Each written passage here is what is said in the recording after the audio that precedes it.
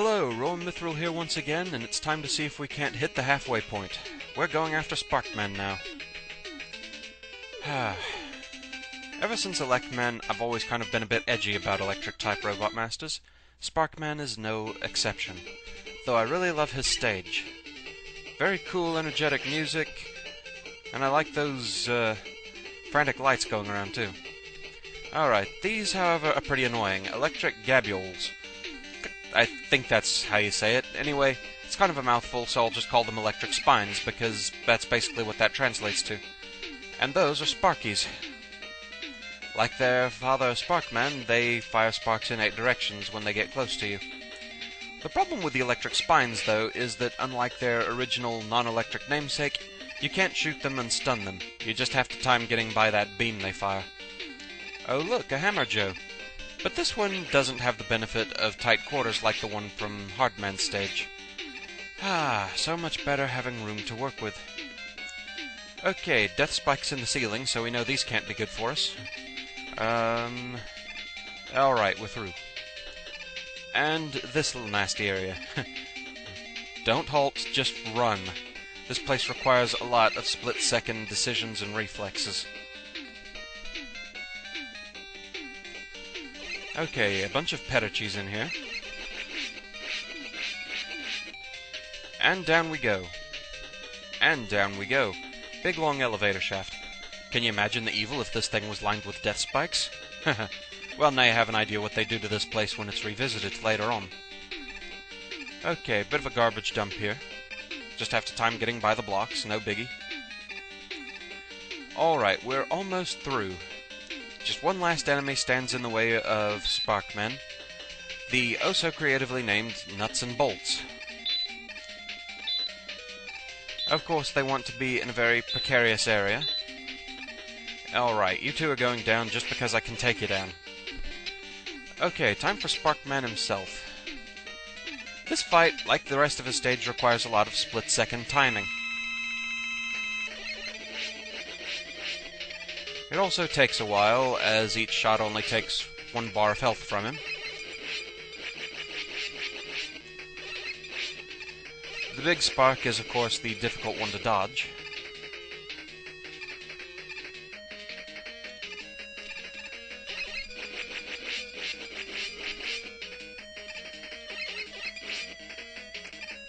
It's very easy to get trapped to a point where you pretty much have absolutely no hope of being able to dodge him.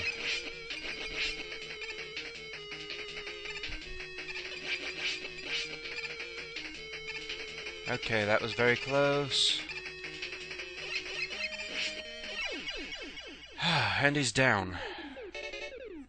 That one gets hectic.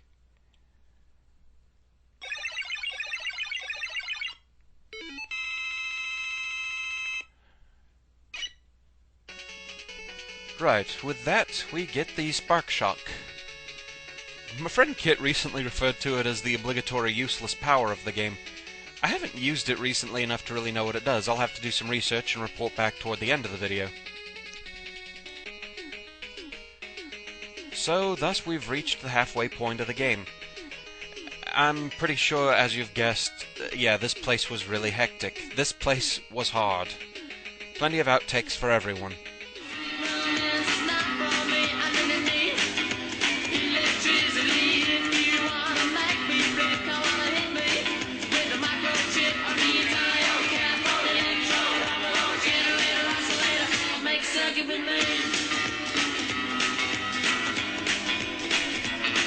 These are electric gabules, and there's no sneaking by those two. Right. Moving on, we have Sparkies. They're not too troublesome, they just like to throw sparks everywhere. Right when you're trying to jump. Okay, death spikes on the ceiling, so we know these can't be good for us. And they weren't. Okay, death spikes on the ceiling up there. That didn't work. Okay, death spikes on the ceiling up there. No, death pits below. Okay, we've got death spikes on the ceiling up there. Those aren't gonna do anybody any good. Oh! Wrong, do it again. Okay, we've got death spikes on the ceiling, so we know these things can't be good for us, and they're not. Okay, whew. Oh gods! Uh... Stunt robot. Okay, we have a bit of a garbage dump down here, just have to time getting past the blocks. Nice.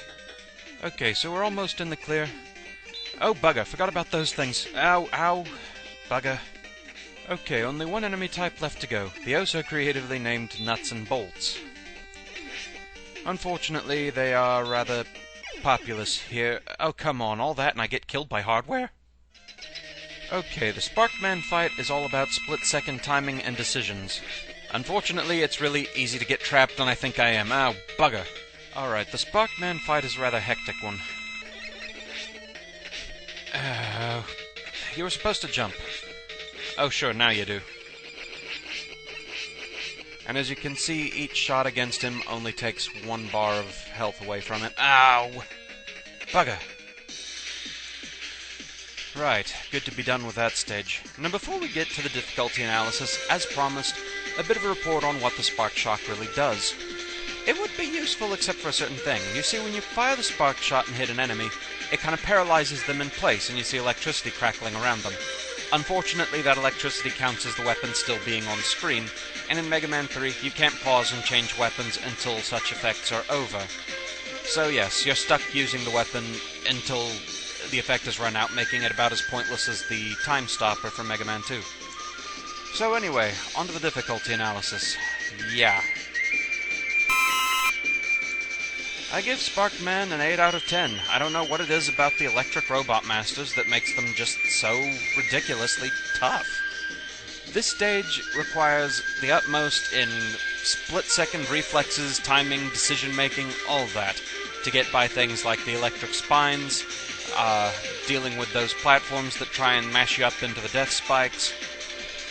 And then, of course, there's Sparkman himself, who a lot of times can trap you to the point where you're gonna get hit no matter what. You've got to be real careful about timing jumping under him. That's the only way to keep out of that.